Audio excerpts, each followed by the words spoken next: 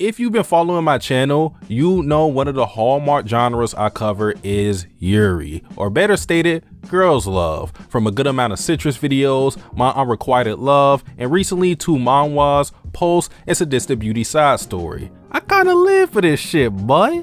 And like Pulse and Sadistic Beauty side story, the series I'm covering today follows the same medium of manhwa and genre of girls love, but veers off the course in that it is not a smut series. So unfortunately, you won't be able to use this series as a substitute for hentai, unless you get off the shit like intimate hugs and hand holding. This series is written by, and I'm probably gonna fuck up this name real bad cause Korean names be kicking my ass, Yeongol, and it goes by the name of Ring My Bell.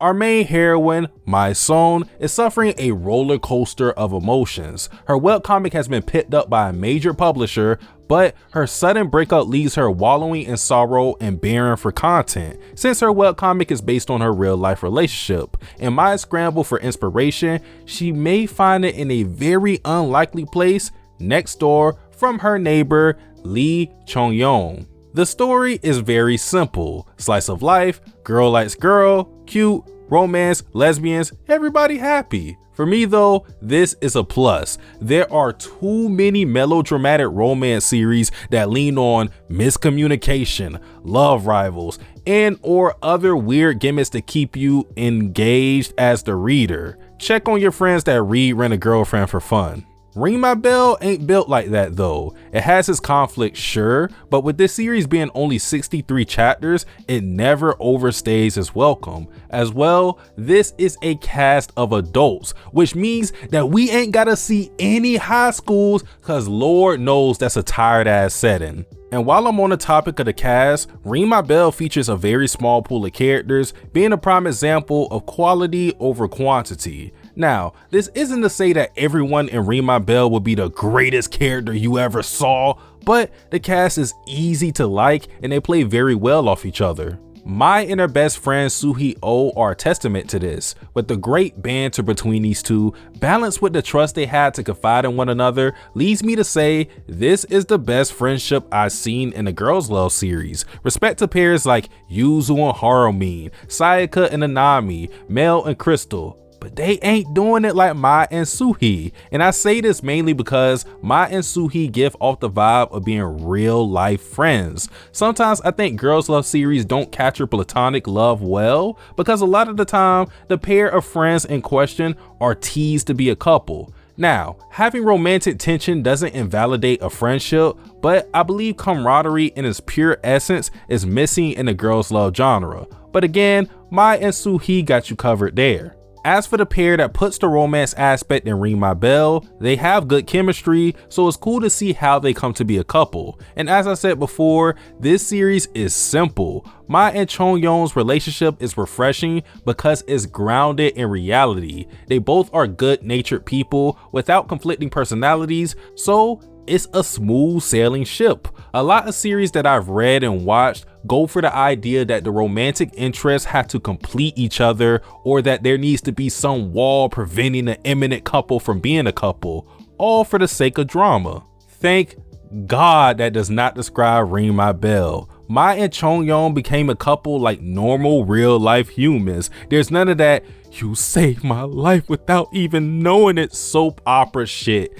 They like each other's company, they like each other's face, and they decided, hey, let's get together as girlfriend and girlfriend. There's no flash or flare to it, but there doesn't need to be. Best of all, you get to see the process of Mai ex Chong-yeon as well as the results. Typically, you'll see stories end with that magical kiss that marks the love interest as a couple, and maybe you'll see some type of epilogue that gives you a snapshot of said couple after X amount of years. The problem with this pattern is that it ignores the aftermath. Just because character A and B are a couple now doesn't mean there's no story left to tell. In the words of the late great Kobe Bryant, "Job's not finished. Job finished? I don't think so." Sure, getting together can be a journey in of itself, but maintaining that bond could be as well. Ring My Bell gives you a look at the couple post hookup, showing some of the ups and downs of having a significant other. So Satsuki, if the story is so simple and there's barely any conflict to be had, how the fuck does this series entertain you? 1. As previously stated, Ring My Bell has a likable cast of characters. 2. The comedy. This series is hilarious. Now, it doesn't reach the heights of, let's say, a prison school or something like that, but I was laughing my ass off at too many scenes to count. I found that the comedy in manhwas usually resonate better with me than manga on a general scale, probably because I'm a filthy American that enjoys profanity-laced crude humor. Comedy is one of the most subjective elements to a story though, so in that regard, Ring My Bell may hit for you, it may not. But I don't care what anyone says, this anti-LGBTQ flyer had me on the floor. The art of the series, as you've been seeing throughout the video, is serviceable. Not the best or worst drawn manhwa I've seen, it just gets the job done. So I'm satisfied on that front. But with that, I think that covers most of what I wanted to say about the series without completely spoiling it. Final thing I want to say to you guys is that if you end up reading this series, let me know your opinions on it, good or bad, mid, it does not matter to me. Even if you end up dropping it 5 chapters in, tell me why you dropped it, why you don't really resonate with it. That's all I want to know. But guys, happy Valentine's Day, because I didn't say that at the beginning of the video, but yeah, happy Valentine's Day. And remember, if nobody loves you, love yourself, because I ain't going to do it for you. Satsuki the Savage, we out. Tasting your soul, you're not in control, just giving you goals. Scared of your past, the future is closed. The start is the end is a start. They both are the same, can't tell them apart. Nigga, that's cuz the intro was the outro.